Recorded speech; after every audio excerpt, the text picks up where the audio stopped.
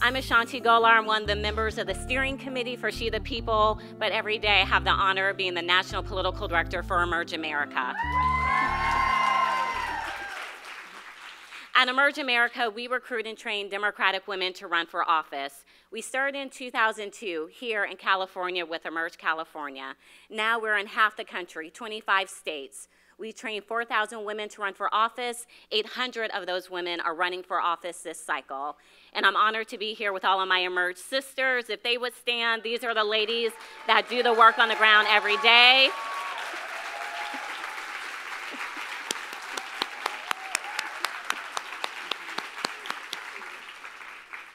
At Emerge America, we know that if you want a reflective democracy, that means that you not only need to have women involved, but you need to have women of color involved.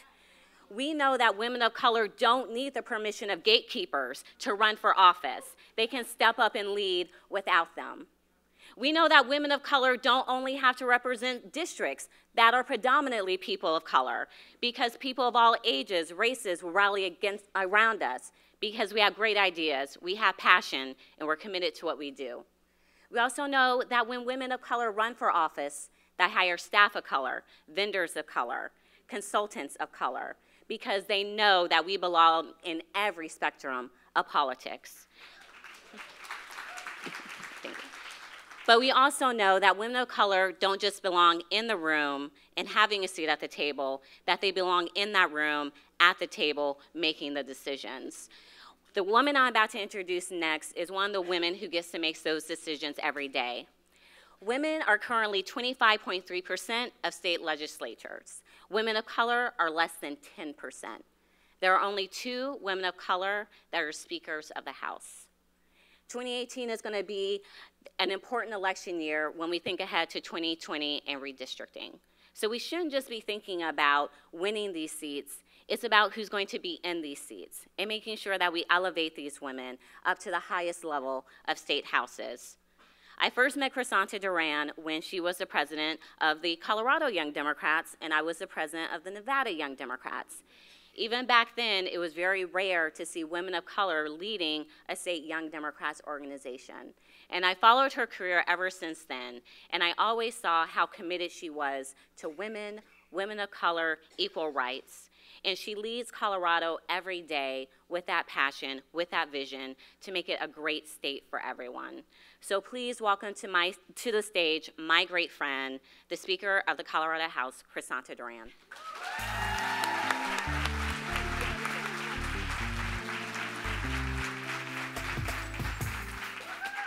How we doing, She the People? I am so excited to be here with each and every one of you at a time when women of color are organizing and mobilizing and running for office and winning like never before. And as I look around this room, I am inspired, because as I look at each and every single one of you, you are representative of the best of what America can be and what America has to offer. And I am proud to be on this journey with each and every one of you, a journey that seeks to make sure that we have an economy that works for all and not just those at the top, and a journey that must not stop until no one is taken for granted and no one is left behind. And for me, this journey started many years ago, long before I ever came into elected office. Because when I got out of law school, I went to work to advocate for working people. So that grocery clerks who stock the shelves late at night, nurses who take care of our loved ones in a time of need and a time of sickness, and meatpacking workers who cut the steaks for your dinner room tables would have access to livable wages, affordable and quality health care, and a pension that they could actually count on. And it was that first job out of law school that I had the opportunity to sit at negotiation tables on behalf of workers and across from corporate executives to take on the tough issues and to negotiate to make sure that more families would have access to economic security and access to the American dream. And I knew something then that I still know today, and that is that the backbone of our country has been built by working people. And a sad reality today is that there are too many tables of power in America that do not have leaders that understand the plight of working people. But we must do better. We cannot lead our communities unless we walk a mile in the shoes of those that we seek to represent. And it was with this understanding that when I became the first Speaker of the House and Latina in the country,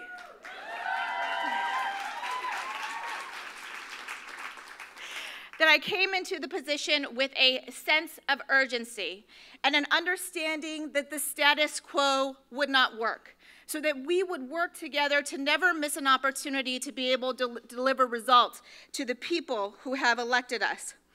And I am proud to say that in collaboration with my colleagues, the last 2 legislative sessions are being held up in the state of Colorado as the most productive in a decade. Because it turns out that when you put women of color in charge, we get things done.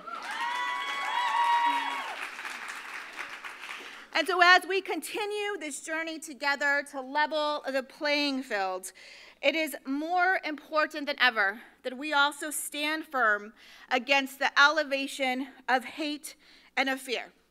And that is why in Colorado, we passed the bill, Colorado Assets, so that undocumented students could gain access to in-state tuition.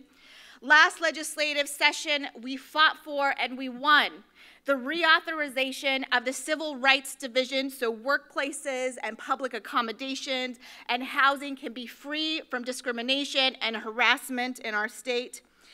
And this past June, when I heard of the manufactured humanitarian crisis that was happening at our nation's border, at a time when families were fleeing to the United States to seek asylum, I went to Tornillo, Texas, also known as the Tent City, to give a voice to the voiceless for those families that were being separated.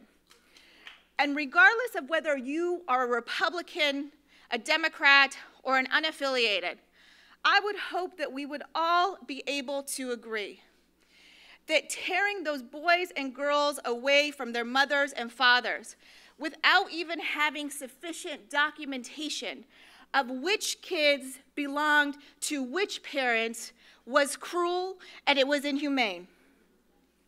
And right before I got to the border, I saw that our First Lady, Melania Trump, wore a jacket because she was there visiting a detention center. And the jacket said, "I don't care, do you?" And when she was asked about it, she said, "Well, it was just a jacket." And when I saw that, I decided to make my own fashion statement and make my own jacket. And so I wore this jacket to the border, which says, "Colorado does care," to send the message that Colorado does care and America does care, because we are a country of compassion and we are a country of love. And at times when it is difficult to love, we must love harder. Because our continued success as a nation right now is not guaranteed. And there is a dangerous movement afoot. Because if the elevation of hate and of fear catches hold, if language that is not normal becomes normalized, then our democracy itself is at risk.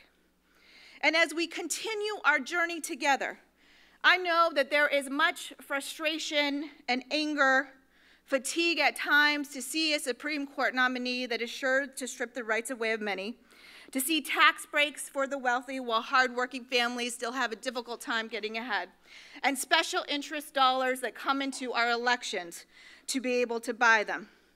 But it's these times that I think about when I was 29 years old and I decided to run for office. And I was outspent and there were attack ads against me, and I know that I would not be standing here in front of you today if it wasn't for the power of something that is greater than money in this country. And that is the power of people. It is the power of us to be able to build our communities.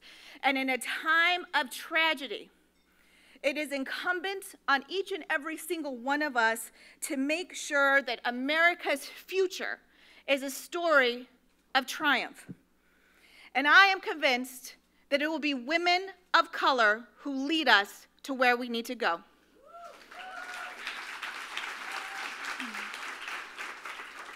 So let's build our communities together.